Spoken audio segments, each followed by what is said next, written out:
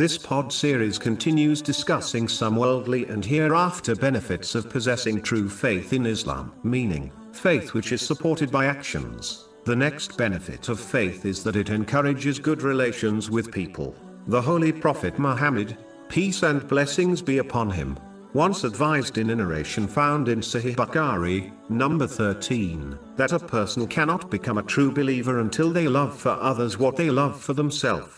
This does not mean a Muslim will lose their faith if they fail to adopt this characteristic. It means that a Muslim's faith will not be complete until they act on this advice. This narration also indicates that a Muslim will not perfect their faith until they also dislike for others what they dislike for themselves. This is supported by another narration found in Sahih Muslim, number 6586. It advises that the Muslim nation is like one body. If one part of the body is in pain, the rest of the body shares the pain. This mutual feeling includes loving and hating for others what one loves and hates for themselves. A Muslim can only achieve this status when their heart is free from evil traits, such as envy. These evil traits will always cause one to desire better for themselves. So in reality, this narration is an indication that one should purify their heart by adopting good characteristics, such as being forgiving, and eliminate evil traits, such as envy. This is only possible through learning and acting on the teachings of the Holy Quran and the traditions of the Holy Prophet Muhammad, peace and blessings be upon him.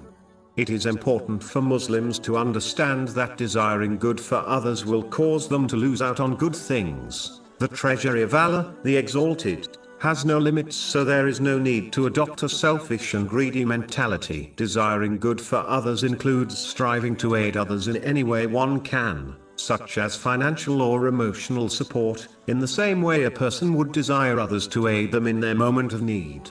Therefore, this love must be shown through actions, not just words. Even when a Muslim forbids evil and offers advice which contradicts the desire of others, they should do so gently, just like they would want others to advise them kindly. As mentioned earlier, the main narration under discussion indicates the importance of eliminating all bad characteristics which contradict mutual love and care, such as envy. Envy is when a person desires to possess a specific blessing which is only obtainable when it is taken away from someone else. This attitude is a direct challenge to the distribution of blessings chosen by Allah, the Exalted. This is why it is a major sin and leads to the destruction of the envier's good deeds. This has been warned in a narration found in Sunan Abu Dawud, number 4903. If a Muslim must desire the lawful things others possess, they should wish and supplicate to Allah, the Exalted, to grant them the same or similar thing without the other person losing the blessing.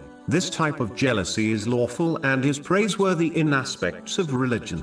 This has been advised in a narration found in Sahih Muslim, number 1896. The Holy Prophet Muhammad, peace and blessings be upon him, advised that Muslims should only be jealous of a wealthy person who uses their wealth correctly, and be jealous of a knowledgeable person who uses their knowledge to benefit themselves and others. A Muslim should not only love for others to obtain lawful worldly blessings but also for them to gain religious blessings in both worlds. In fact, when one wishes this for others, it encourages them to strive harder in the obedience of Allah, the Exalted, by fulfilling His commands, refraining from His prohibitions, and by facing destiny with patience. This type of healthy competition is welcomed in Islam.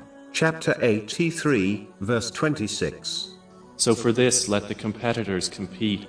This encouragement will also inspire a Muslim to assess themselves in order to find and eliminate any faults in their character. When these two elements combine, meaning striving in sincere obedience to Allah, the Exalted, and purifying one's character, it leads to success in both worlds.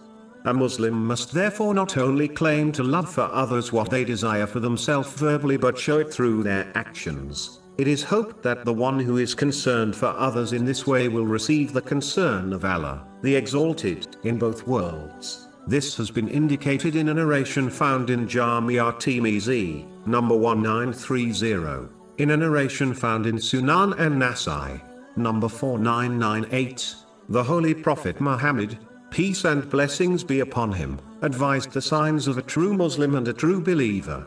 A true Muslim is the one who keeps their verbal and physical harm away from others. This in fact includes all people irrespective of their faith. It includes all types of verbal and physical sins which can cause harm or distress to another. This can include failing to give the best advice to others, as this contradicts sincerity towards others, which has been commanded in a narration found in Sunan and Nasai, number 4204. It includes advising others to disobey Allah, the Exalted, thereby inviting them towards sins. A Muslim should avoid this behavior, as they will be taken account for every person who acts on their bad advice. This has been warned in a narration found in Sahih Muslim, number 2351.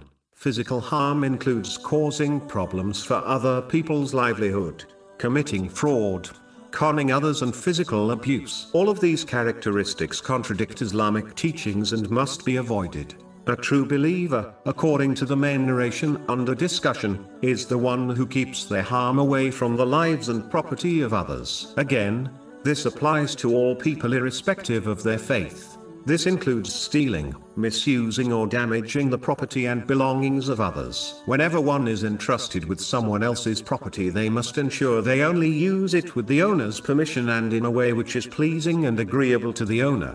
The Holy Prophet Muhammad, peace and blessings be upon him, has warned in a narration found in Sunan and Nasai, number 5421, that whoever illegally takes someone else's property, through a false oath, even if it is as small as a twig of a tree, will go to hell.